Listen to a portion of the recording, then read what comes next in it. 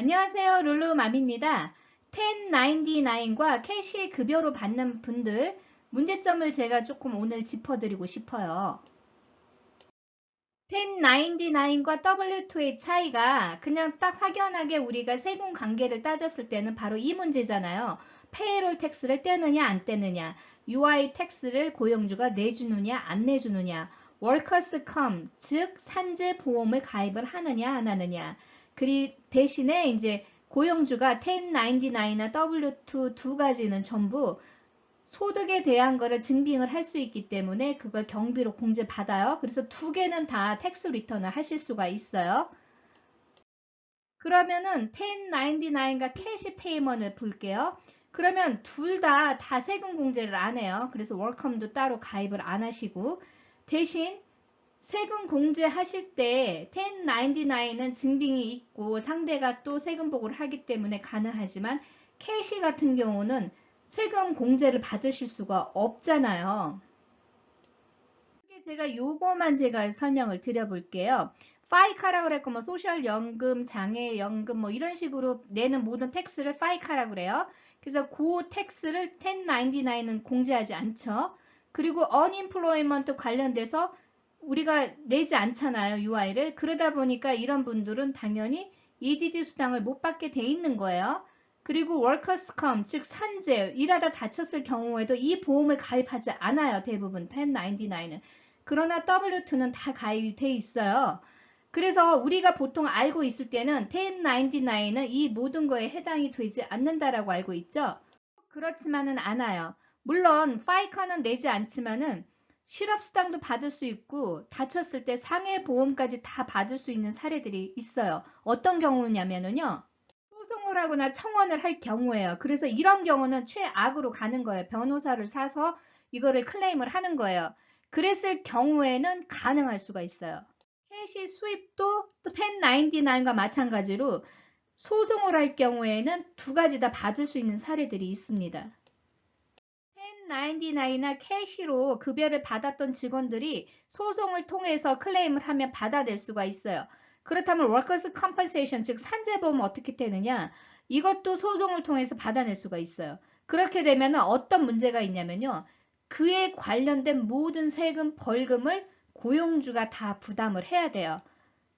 이런 경우에 직원은 따로 내지 않아요. 그렇지만은 고용주는요, 모든 세금을 다 내야 돼요. 그래서 실제로 급여 공제할 때 냈던 소셜연금 뭐 세금이라든지 여러 가지까지 새로 다 보고를 해야 되고 그걸 누락했다는 이유로 인해서 각종 디파트먼트에서 페널티와 모든 비용을 다 부담해야 되는 큰 불이익이 발생이 돼요. 정기적인 감사 대상이 돼요.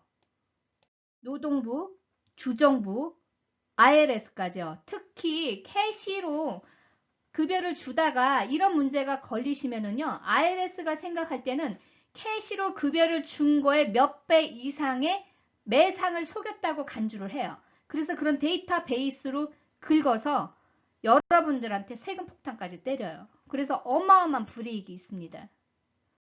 1099 직원이라 하더라도 W2 직원과 동일하게 회사의 규정을 따르고 회사 업무 지시를 받아서 그 업무를 수행하는 경우가 있죠. 그리고 그 1099 직원이 그 1인 고용주만을 위해서 업무를 수행하는 경우가 있어요. 그냥 자기가 프리랜서라 일을 내가 맡아서 하거나 안 할 수도 있고 거기서 잡을 줄 수도 이게 아니고 정기적으로 교육을 받고 정기적으로 회사 규정에 의해서 그 회사만을 위해서 일을 하는 경우들이 있어요. 그래서 어디에 고용된 컨트랙터처럼 그 회사의 제품을 설치하기 위해서 나가는 기술자들 이런 경우도 사례가 되죠.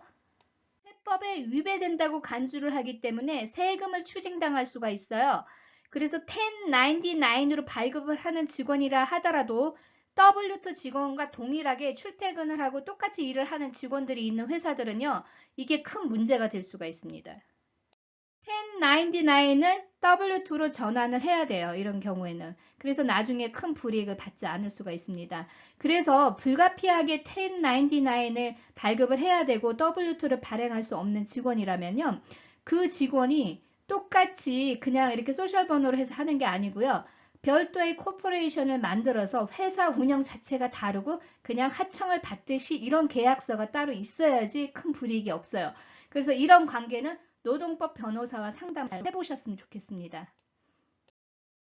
캐시로 받을 수밖에 없는 상황인 분들이라 하더라도요. 되도록이면은 소셜 번호하고 이름만 있으면 되니까 1099으로 발급을 좀 하시고요. 만약에 모든 신분 문제라든지 이런 게 문제가 없는 분들은 되도록이면 W2로 발급을 하시는 게 서로 좋습니다. 그래서 나중에 직원들이 나가고 나서 이런 문제들을 많이 일으켜갖고요. 실제로 벌금을 어마어마하게 받은 그런 회사들이 있어요, 종종. 그래서 이런 무서운 그 결과들을 예상을 못한 거예요. 서로 좋은 게 좋은 거라고. 그런데 문제는 고용주가 받는 불이익이요. 어마어마해요. 세금 감사를 받게 되면요. 그 타격이 굉장히 크거든요. 제일 무서운 게 IRS잖아요. 최근에 제가 미국 친구를 도와드린 사례가 있었어요. 회사가 캐시로 급여를 준 거가 걸려버린 거예요. 그래서 이 친구가 10,000불 정도의 캐시 수입을 세금 보고 안 한 3년 전 거가 들통이 나버린 거예요. 그래서 그거에 대해서 5,000불이라는 벌금을 때린 거예요. 그래서 제가 그거를 이제 어필을 하는 걸 도와줘서 굉장히 컷다운을 시켜서 잘 마무리가 되긴 됐어요. 그러니까 여러분들도 실제로 고용주만 또 힘든 게 아니에요. 만약에 고용주가 이 문제 때문에 걸리면은 세금 보고를 누락한 직원까지도 세금 감사를 받고 세금을 때려 맞는 거예요. 그래서 서로 불이익이 없도록 되도록이면 세법적으로 문제가 없는 페이롤을 지급하시기를 제가 강력히 권장을 해드립니다. 감사합니다. 좋은 하루 되시고요. 좋아요, 구독 부탁드립니다.